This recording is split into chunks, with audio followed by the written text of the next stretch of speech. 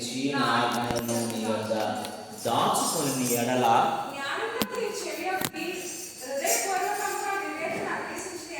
అభ్యసించిన ఎడల తెలివికై మొర్ర పెట్టిన ఎడల వివేచనకై మనవి చేసిన ఎడల వెదికిన ఎడల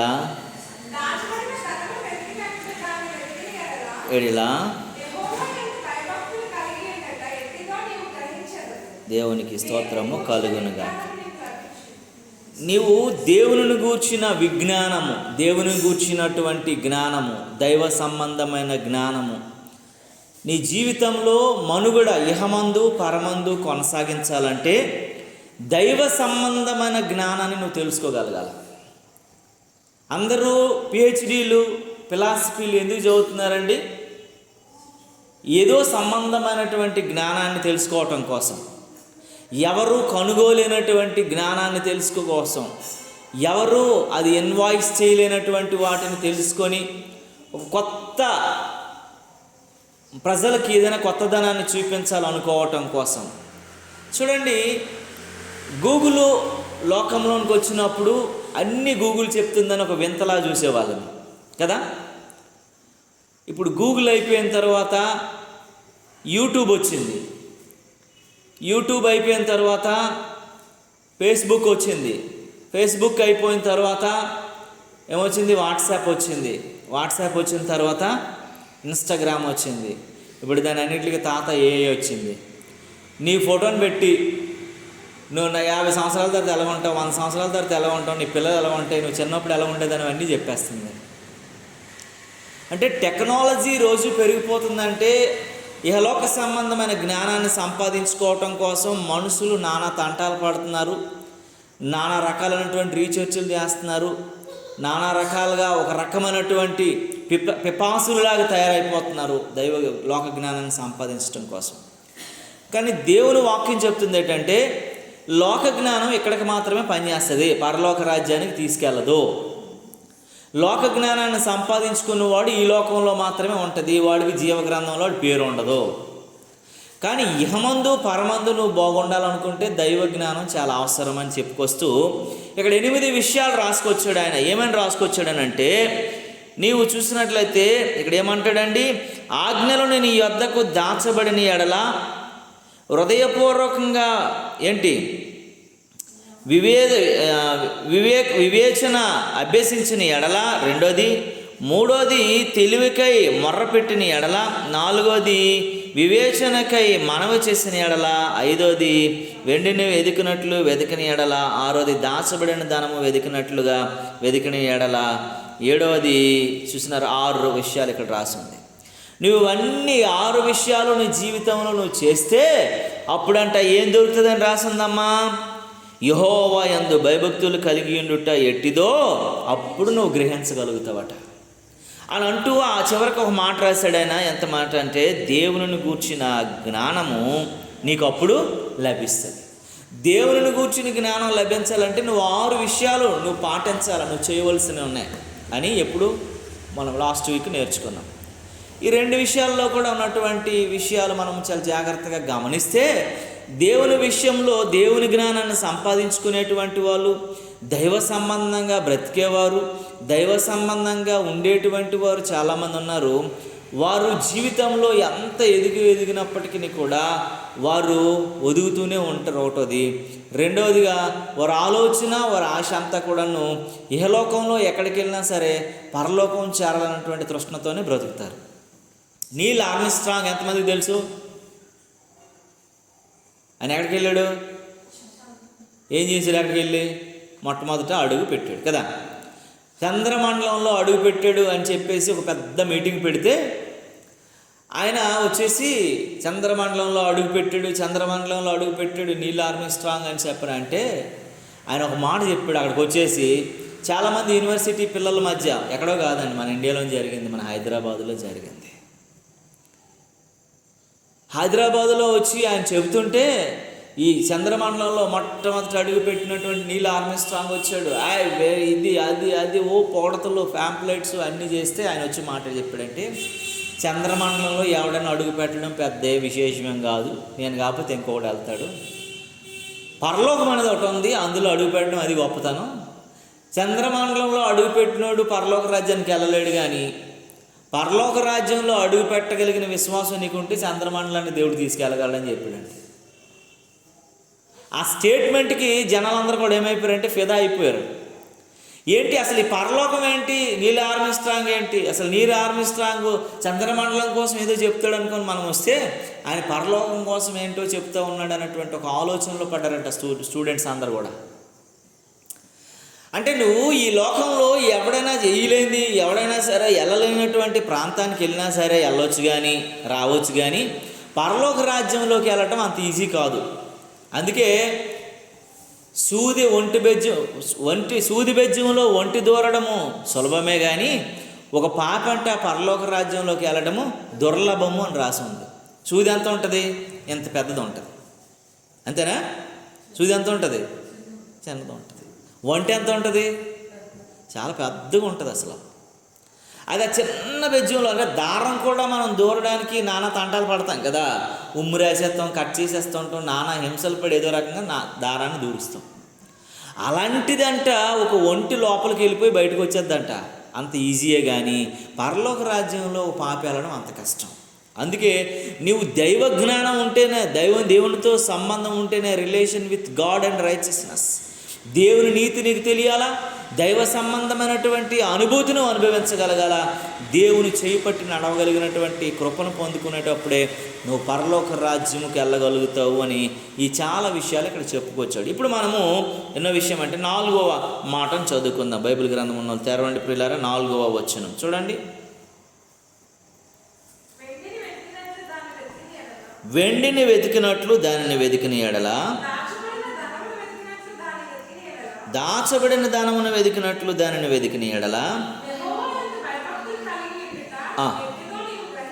చూడండి, ఇక్కడ దాచబడిన ధనం.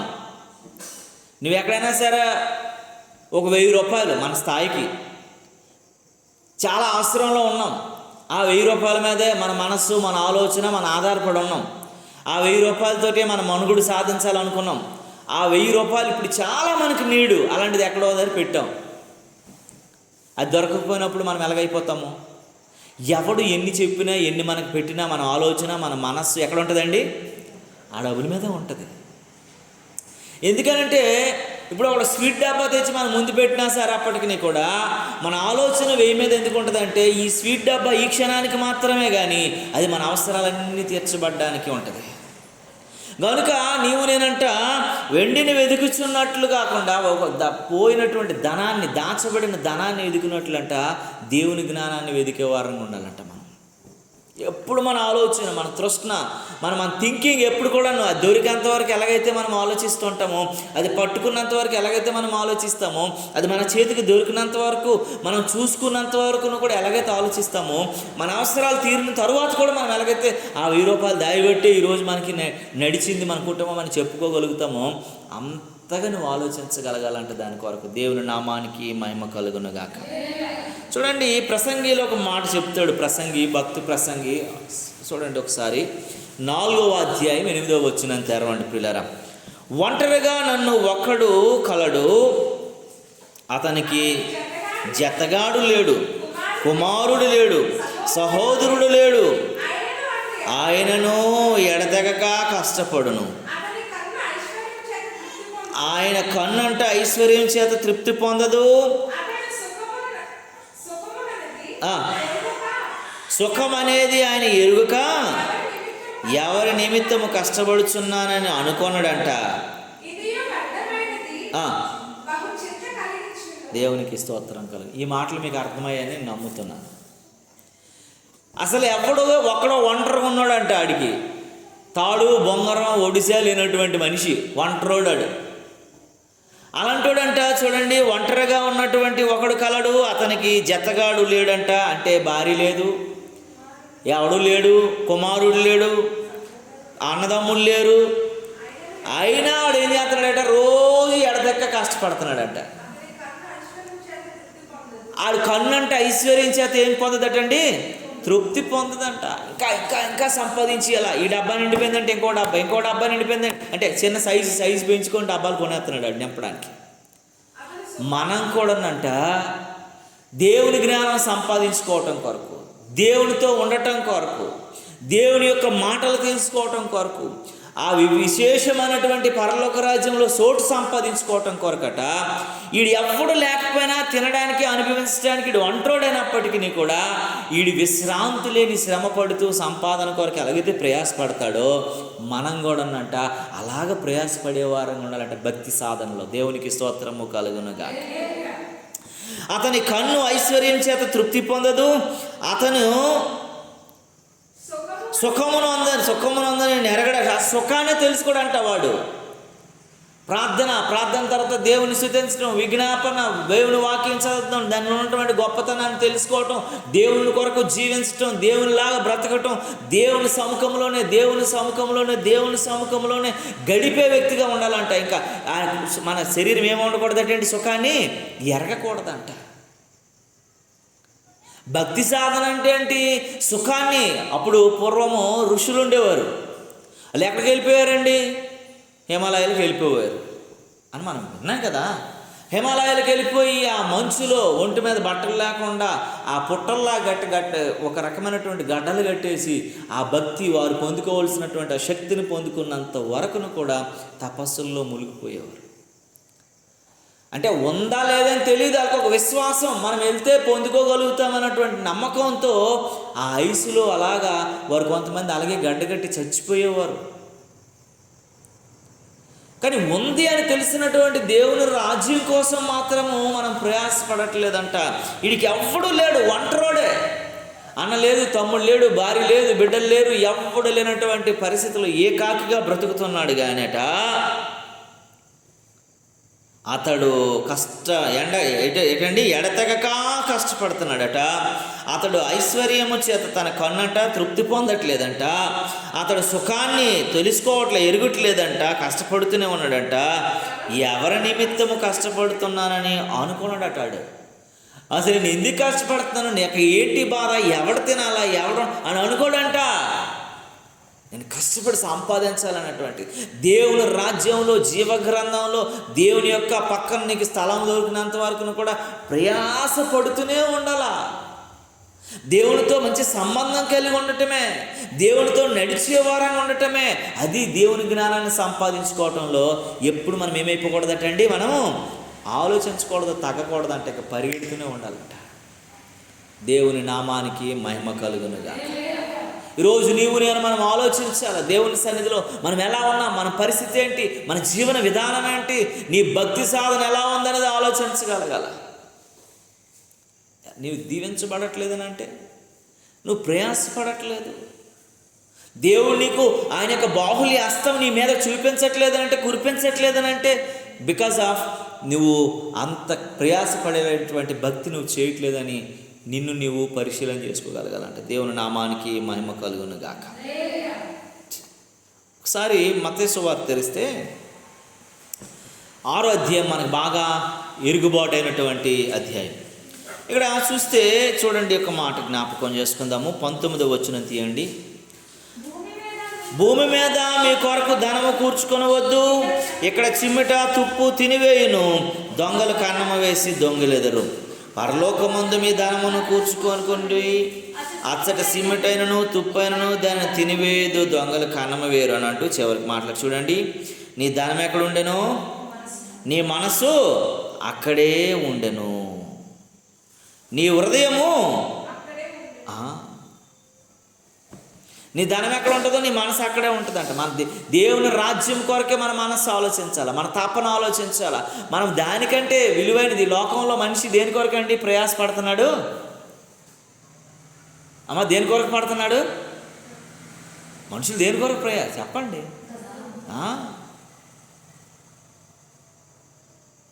నీకు డబ్బు ఉంటే చాలు, నీకు చదువు లేకపోయినా పర్లేదు, నీకు ఏమి లేకపోయినా పర్లేదు, నీకు మాట్లాడడం రాకపోయినా పర్లేదు, నువ్వు సొట్టోడు అయినా పర్లేదు, నువ్వు గుడ్డోడు అయినా పర్లేదు, అందరూ నీ మాట ఏం చేస్తారు? వింటారు. నువ్వు ఎలాగున్నా పర్వాలేదు. కానీ దానికోసం ఉదయం మొదలుకొని రాత్రి పండుకున్న తర్వాత కూడా నేను చాలామంది నడుస్తున్నప్పుడు వాళ్ళ వెనకాల నేను వెళ్తూ ఉంటాను కదా, ఒక మనిషి నడుస్తున్నప్పుడు మనం వెనకాల వెళ్తూ ఉంటాం కదా, ఆ మనుషులు వెళ్తూనే కొంతమంది ఒంటరిగానే మాట్లాడుకుంటారు. మీరు అబ్జర్వ్ చేశారో లేదో? అది దేనికోసం మాట్లాడుకుంటారో తెలియదు, కానీ అలా మాట్లాడుకొని వెళ్తుంటారు. అది చేయాలి, నెక్స్ట్ ఇది చేయాలి, అది ఇది చేయాలి, ఇది చేయాలని మాట్లాడుకొని ఆలోచించుకొని వెళ్తూ ఉంటారు. అరే, జరగని దాని కొరకు మనిషి అన్ని ప్రయత్నాలు, అన్ని ప్రయాసలు, అన్ని రకాలైనటువంటి ఆలోచనలు కలిగి ఉంటే, నువ్వు పొందగోరినటువంటి నిత్య జీవం నీ కళ్ళ ముందు కనబడుతున్నప్పుడు నువ్వెంకెంత ప్రయాసపడాలా, నువ్వెంత ఆలోచించాలా, నువ్వెంత ఎదురు చూసుకునేటువంటి వ్యక్తిగా ఉండాలనేది ఆ మాటలు చెప్పబడతా ఉన్నాయి. చూడండి క్రిందకంటే, దేహమునకు దీపము కన్నే గనుక నీ కన్ను తేటగా ఉండని ఎడల నీ దేహము వెలుగై, కింద చదివితే నీ కన్ను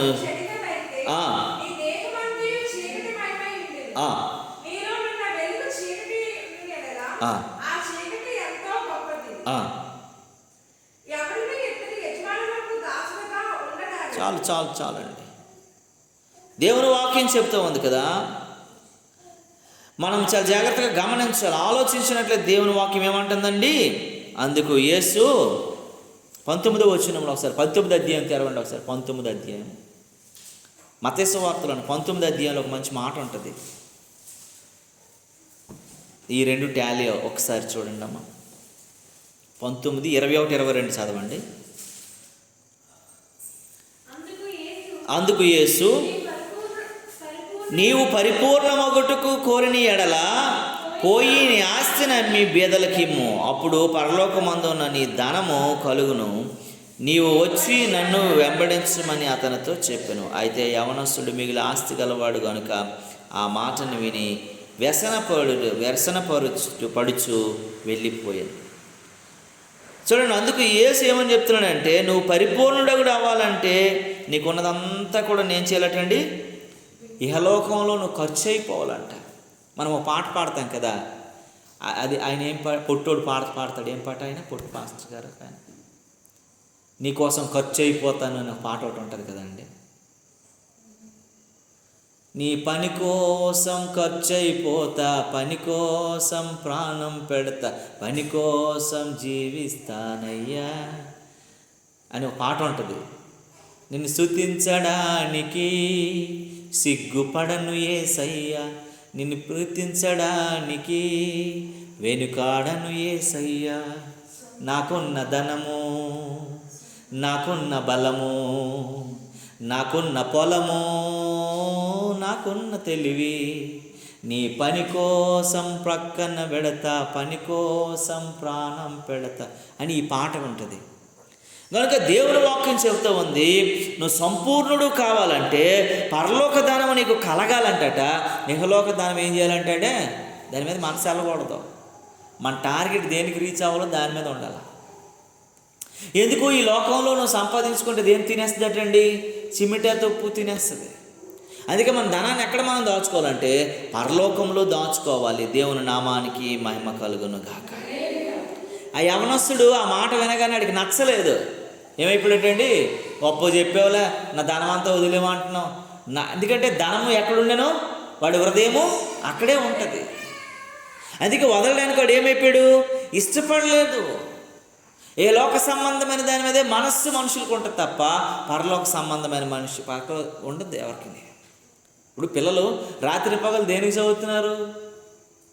చదువుతున్నారమ్మా మీరు? రేపు పొద్దున్న మంచి ఉద్యోగం వస్తే, మంచి జీతం వస్తే, అదే కదా మన టార్గెట్ ఏంటి, జీతం వస్తే, మంచి డబ్బులు వస్తే మంచిగా మనము బ్రతుకుతాం. ఎక్కడికి వచ్చినా చివరికి వచ్చేది ఎక్కడికి వస్తాం, మనము ఆ ధనం దగ్గరికి వస్తాం. అది ఇహలోక సంబంధమైనది కాదు, పరలోక సంబంధమైనది పొందుకోవడానికి నువ్వు ఈజీగా ట్రై చేస్తే ఇహలోక సంబంధమైనది ఆటోమేటిక్ నీ దగ్గరికి వచ్చేస్తుంది. దేవుని నామానికి మహిమ కలుగునుగా.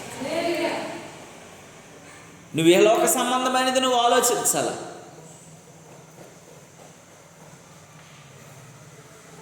రాజ్ ప్రకాష్ పాల్ అని జైపాల్ గారు అబ్బాయి ఉన్నాడు.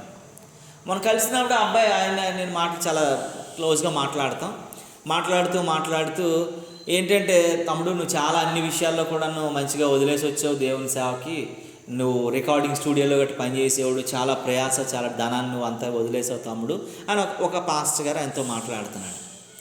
నేను ఉన్నాను, ఆయన నవ్వుతున్నాడు. నవ్వుతూ నేను అన్నాను, ఆ రాజ్ ప్రకాష్ ఏమైనా సరే తెలుగుతో కూడా ఏంటి అని అన్నాను. నేను తెలుగుతో కూడా చాలా తెలివైనడు అంటే నా చెయ్యల గట్టిగా ఆయన నొక్కి అన్న కరెక్ట్ సమాధానం చెప్పాడు అని అన్నాడు. ఎందుకనంటే ఆ మాటలో ఆయనకు అర్థమైంది ఏంటంటే, నేను సంపాదిస్తే నెలకు 10 లక్షలు సంపాదించగలను, నేను ఎక్కడో ఏ మూలలో పడను, కానీ దేవుడు నన్ను తీసుకొచ్చి అందరికీ పరిచయస్తుడిని చేశాడు. ఎందుకంటే నేను ఇహలోక సంబంధమైన ధనాన్ని నమ్ముకోలేదు, పరలోక సంబంధమైన ధనాన్ని నమ్ముకున్నాను కాబట్టి నన్ను దేవుడు ఇంతగా హెచ్చించాడని అని చెప్పాడు. ఇందులో ఎంత మర్మం ఉందా ఆ దైవజనుడు అప్పుడు ఆయన అంటున్నాడు. నాకు చేతి నొక్కినప్పుడు మా ఇద్దరం ఏం మాట్లాడుకుంటున్నామని ఆయన మా ఇద్దరిని చూస్తున్నాడు. అలాగా నాకు నవ్వు వచ్చేసింది. ఎందుకనంటే ఆయనకు అర్థం కావట్లేదు. నువ్వు ఎప్పుడైతే ఇహలోక సంబంధమైన దానికోసం కాదు, పరలోక సంబంధమైన దాని కొరకు ఎప్పుడైతే నువ్వు ఆలోచిస్తావో, నీ మనస్సు, నీ ఆలోచన అంతటి కూడాను, అందుకే గురి యొద్దకే నేను పరిగెత్తుచున్నాను. ఎక్కడటండి? గురి యొద్దకే. మన పరుగు ఎక్కడ, మనం టార్గెట్ మనం ఎక్కడ రీచ్ అవ్వాలో అక్కడికి మన ఆలోచన ఉండాలి. మన టార్గెట్ అంతా కూడా అక్కడికి వెళ్ళేటట్లు మనం ఉండగలగాలని దేవుని వాక్యం చెప్తుంది. కనుక మన మనస్సు, మన ఆలోచన మనది అదే ఉండాలని దేవుని వాక్యం హెచ్చరిస్తుంది. దేవుని నామానికి మహిమ కలుగును గాక. హల్లెలూయా. చూడండి, మనం గనుకనే ఆ పిల్లోడికి నచ్చలే. ఎందుకనంటే ఆ పిల్లోడికి అది మరి మంచిగా అనిపించలే. అందుకే ఆయన వ్యసనపరుడే వెళ్ళిపోయాడంటే. ఎందుకనంటే మత్తయి సువార్త 13:44 ఒక మాట ఉంటుంది, చదివితే మీకు ఆ మాట అర్థమవుతుంది. ఏంటంటే అంటాడు, పరలోక రాజ్యము పొలములో దాచబడిన ధనమును పోలి ఉన్నది అంటాడు.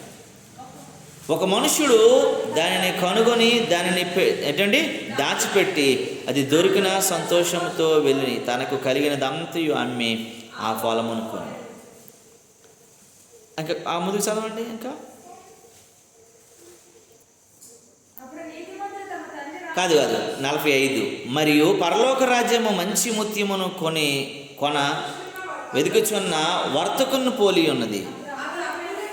అది అమూల్యమైనటువంటి ఒక ముత్యమును కనుగొని తనకు పోయిన కలిగినంత అమ్మి దానిని కొనెను. కిందకు వస్తా అంటాడు, మరియు పరలోక రాజ్యము సముద్రంలో నానా విధములైన చేపలను పట్టిన వలన పోలి ఉన్నది. అది నిండినప్పుడు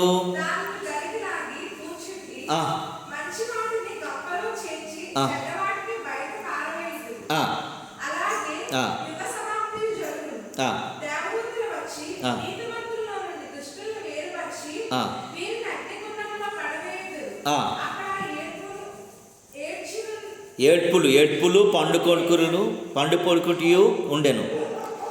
వీటి వంటి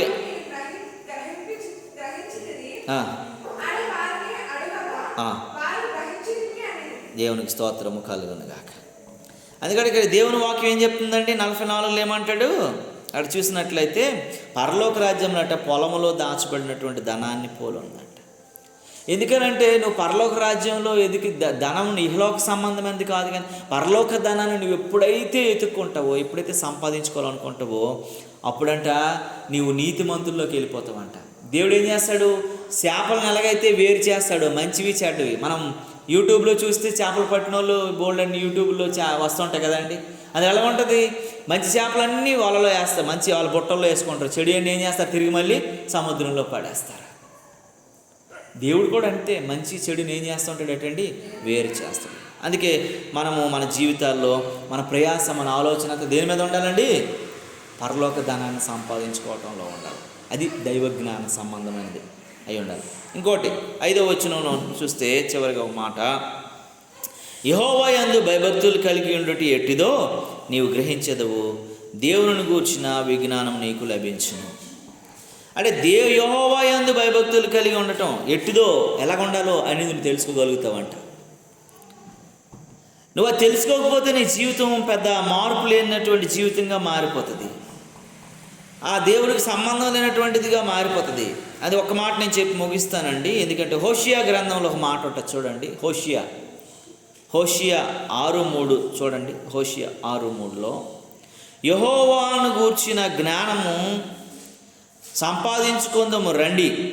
యెహోవా గూర్చిన జ్ఞానము సంపాదించుకో ఆయన రండి. ఉదయమున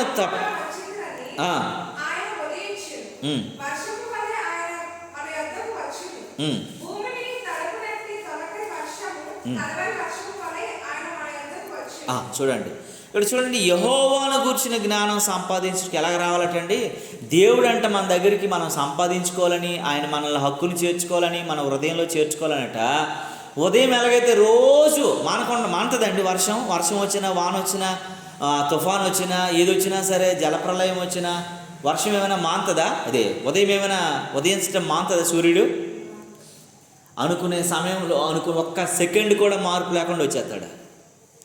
దేవుడు అంటే నీ సమీపంలోకి ఎప్పుడు వస్తుంటాడంట, కానీ నువ్వే ఆయన దగ్గరికి రావు.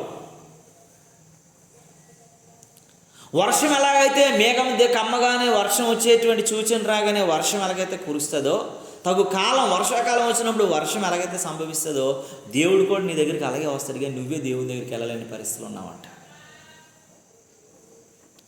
తొలకరించి వర్షం నీ మీద కురిపించడానికి ఆయన ఎలాగైతే సిద్ధంగా ఉన్నాడో, ఆ వర్షపు అనుభవాన్ని అనుభవించడానికి నువ్వు దూరంగా ఉన్నావని దేవుని వాక్యం చెప్తూ ఉంది. ఆయన మన దగ్గరికి వర్షంలాగా వచ్చేస్తున్నాడంట, మనల్ని తడిపేయడానికి ఆశీర్వాదపు జల్లులతో, మనల్ని ముంచేయడానికి ఆశీర్వాదపు కృపతో, మనల్ని వర్ధిల్లింప చేయడానికి ఆశీర్వాదపు ఆనందాలతో. కానీ మనమే దూరం అయిపోతున్నాం కాబట్టి మనం దాన్ని పొందుకోలేని వారంగా ఉన్నాము. దేవుని నామానికి మహిమ కలుగును గాక. ఎందుకంటే దేవుడు ఉదయాన్నే నీతో నిన్ను కలవాలని, ఉదయాన్నే నీతో సమీపంగా ఉండాలని, ఉదయాన్నే నీ దగ్గర ఉండాలని ఆయన కోరుకుంటున్నాడు. కానీ నీకు నచ్చిన సమయంలో ఆయనతో గడపాలనుకుంటున్నావు, కానీ అప్పటికే ఆయన నీ దగ్గర నుండి వెళ్ళిపోయే పరిస్థితిలో ఉన్నాడు. చూడండి, ఆదాము అవ్వలు కూడాను దేవుడు రోజు సాయంత్రపు వేళ వచ్చి వాళ్ళని కలుస్తున్నప్పుడు దేవుని విలువ తెలుసుకోలేకపోయారు. సాతానుగాడు ఒక్కసారి వస్తే చాలు వెనకాల పడిపోయారు. ఇంత ఆనందంగా ఉన్నటువంటి వారి జీవితాల్లోనికి విషాదం వచ్చింది. ఇంత సంతోషంగా దేవునితో బ్రతుకుతున్న వారికి దేవునికి దూరం అయిపోయారు. ఇంత ఆనందాన్ని కోల్పోయి శాపాన్ని కొని తెచ్చుకున్నారు. ఆ శాపం ఆ రోజు నుంచి మొదలైంది. ఈ రోజు వరకు మనల్ని పీడించి పట్టి దేవునికి దూరం చేస్తుంది, నరకానికి దగ్గర చేసేసింది. కారణం ఏంటో తెలుసా? రోజు దేవునితో ఉన్నటువంటి సంబంధాన్ని కోల్పోయి సాతానుతో సంబంధం చేయబట్టి. మనం ఎవరితోటో దేవునితో ఆ సూర్యుడి వలె ఎలాగైతే ఉదయాన్నే ఆయన ఉదయకాలంలో ఉదయించడానికి వస్తాడో, నువ్వు ఎదుర్కోవడానికి అంతే ప్రయాసతో ఉండాలంట. మగ్దలేని మరి అందరూ పడుకున్నారు, కానీ మగ్దలేని మరి ఏంటంటే నిద్ర పట్టలేదంట. నా ప్రభువు ఏమైపోయాడు అని చెప్పేసి ఎవ్వరూ లేవకముందు వెళ్ళేసరికి ఏమి తెరవబడి ఉందటండి? నీ ఆలోచన, నీ తృష్ణ, నీ యొక్క ప్రతిదీ కూడా నిలబడాలంటే నువ్వు ఏదైతే కోల్పోయావో దాన్ని పొందుకోవటం కొరకు నీకు నిద్ర లేనటువంటి పరిస్థితులు ఉండగలగాల. దేవుణ్ణి ఎదుర్కోవటంలో ఎందుకంటే శరీరం ఒకరోజు మీకు వాక్యం చెప్తాను నేను. ఎందుకంటే యేసుప్రభువు అంటాడు కదా, మీ శరీరము ఆత్మ సిద్ధమే కానీ శరీరం బలహీనం. మన ఆత్మ సిద్ధమేనంటే ఏంటి? ఎందుకు సిద్ధంగా ఉంది? ఎక్కడి నుండి వచ్చింది? అది దేవుని దగ్గర ఉంది కాబట్టి ఎప్పుడు మనల్ని అలర్ట్ చేస్తూ ఉంటుంది. అది నిద్రపోదు. అది మన శరీరం ఇహలోక సంబంధం, అది మట్టిలోనే తీయబడింది కాబట్టి అది ఎప్పుడు ఏం కోరుకుంటుందండి?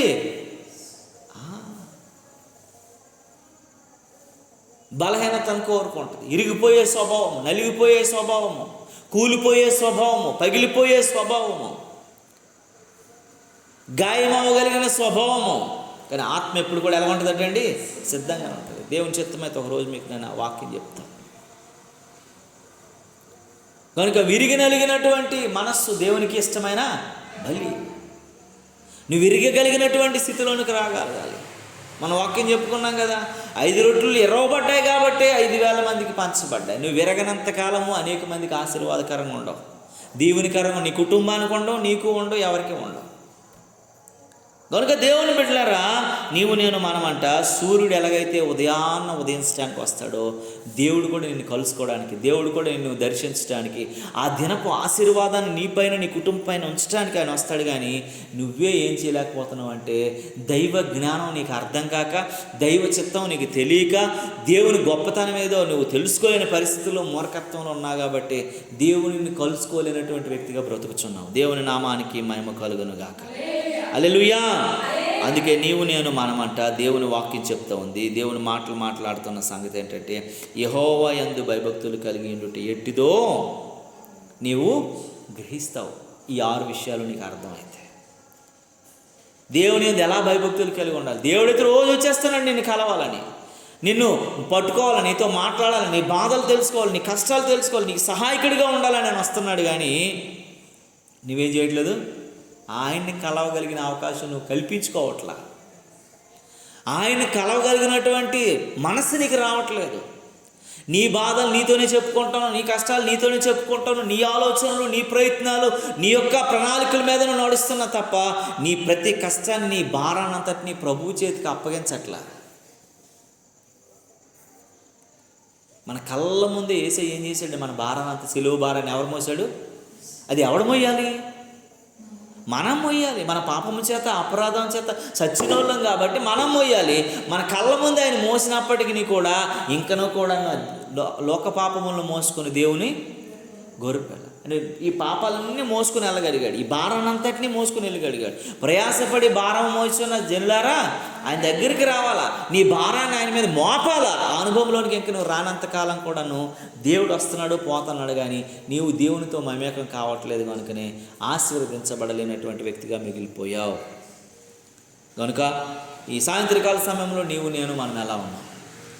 దేవుడు నిన్ను దీవిస్తున్నా, దేవుడు నిన్ను ఘనపరుస్తున్నా, దేవుడు నిన్ను గొప్ప చేస్తున్నా, ఇంకా దేవుడు నిన్ను కలవడానికి వస్తున్నా సరే, నీ బలహీనతలను బట్టో, నీ సమయం లేని పరిస్థితులను బట్టో, నీ లోకం మీద ఉన్నటువంటి ప్రేమను బట్టో, ఆప్యాయతను బట్టో, లోక సంబంధాలను బట్టో దేవునిని కలవలేనటువంటి వ్యక్తిగా, దేవునికి దూరస్తుడైనటువంటి వ్యక్తులుగా బ్రతుకుచున్నామని జ్ఞాపకం చేసుకోగలగాలి. దేవుని నామానికి మహిమ కలుగును గాక. హల్లెలూయా, హల్లెలూయా. కనుక నీవు నేను మనము మన జీవితాల్లో దేవుని కృపకు మనం అప్పగించబడే వారంగా ఉండగలగాలి.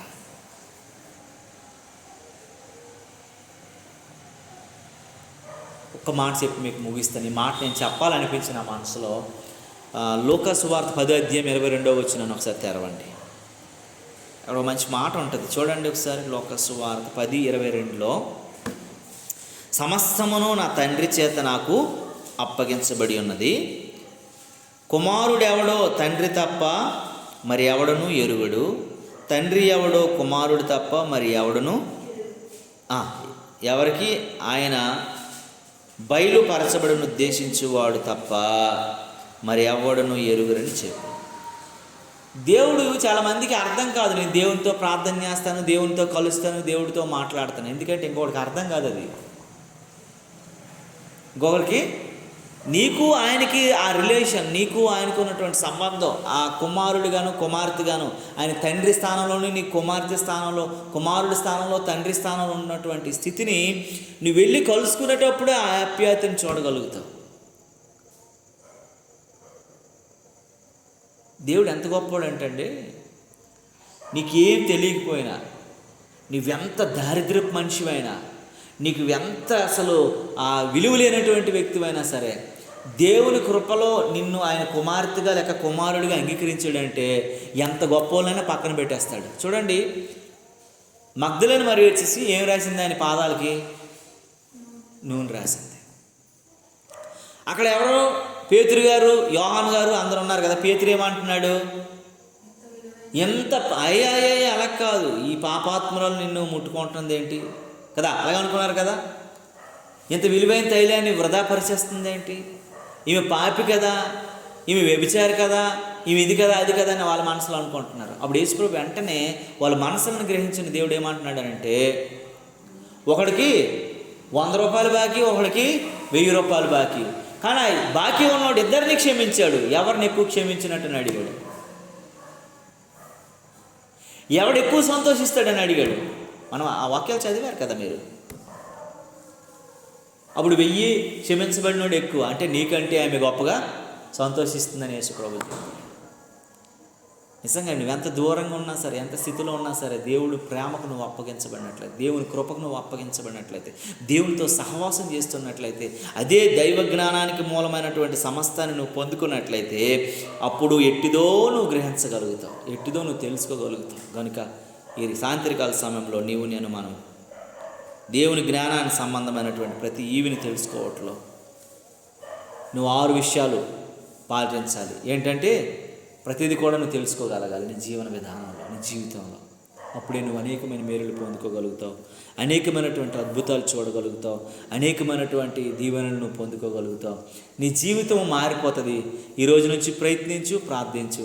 ప్రతిరోజు సూర్యుని వలె దేవుడు వస్తున్నాడు, నిన్ను కలుసుకోవాలనుకుంటున్నాడు, నీ పైన ఉదయించాలనుకుంటున్నాడు, నీ కుటుంబంలో ఉదయించాలనుకుంటున్నాడు, వెలిగించాలనుకుంటున్నాడు. నువ్వు ఇంకా ఆరిపోకూడదు, చీకట్లో ఉండకూడదు, వెలుగులోనికి రాగలిగినటువంటి అనుభూతి, ఆ సంతోషాన్ని నువ్వు చూడగలిగే వ్యక్తిగా ఉండాలని దేవుని వాక్యం ఈ ఉదయకాల సమయం, సాయంత్రకాల సమయంలో మనల్ని హెచ్చరిస్తుంది. దేవుని నామానికి మహిమ కలుగును గాక. హల్లెలూయా, హల్లెలూయా.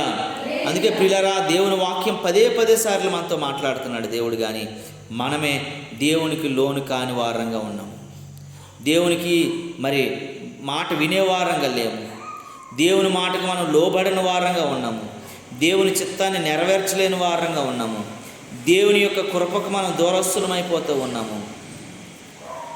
దేవుడు అంటున్నాడు, అడుగు ప్రతివానికి ఇచ్చినట్ట, అడుగుడి మీకు ఇవ్వబడును, తటుడి తీయబడును, వెదుకు ప్రతివాడు పొందుకుంటాడు. అక్కడ అంటాడు, మీకు రొట్టెని అడిగితే నేను రాయినిస్తానా, మీరు చేపను అడిగితే నేను పామునిస్తానా, మీకు ఏది కావాలో అది ఇస్తాను కదా అంటున్నాడు. మీరు అడగనందునే పొందుకోలేకపోతున్నాం. కనుక అడగడానికి ప్రయత్నిద్దాం. ప్రతిరోజు దేవుడు మనల్ని కలుసుకోవాలనుకుంటాడు, దైవ సంబంధమైన జ్ఞానం మనకు బోధించాలనుకుంటాడు, దైవ చిత్తానుసారంగా మనం నడవాలనుకుంటాడు, దేవుని కృపలో మనము ఎదగాలనుకుంటాడు. కానీ నీవు నేనే మనమే కదలలేని వారముగాను కలవలేని వారంగా ఉన్నాం. కనుక ఈ యొక్క సాయంత్రకాల సమయంలో ఈ మాటలు నువ్వు మనస్సును దాచుకొని ఉదయాన్నే మనం కలిసి, ఉదయాన్నే మనము ఆ ప్రార్థనలో, దేవునితో సహవాసంలో, దేవునితో సంబంధం కలిగి ఉండడానికి కలిగినటువంటి కృపను పొందుకునేటట్లుగా ప్రార్థన చేసుకుందాం. దేవుని కృప మనతో నిత్యము నిరంతరము ఈ మాటలు మనలో ఫలించునుగాక. ఆమేన్.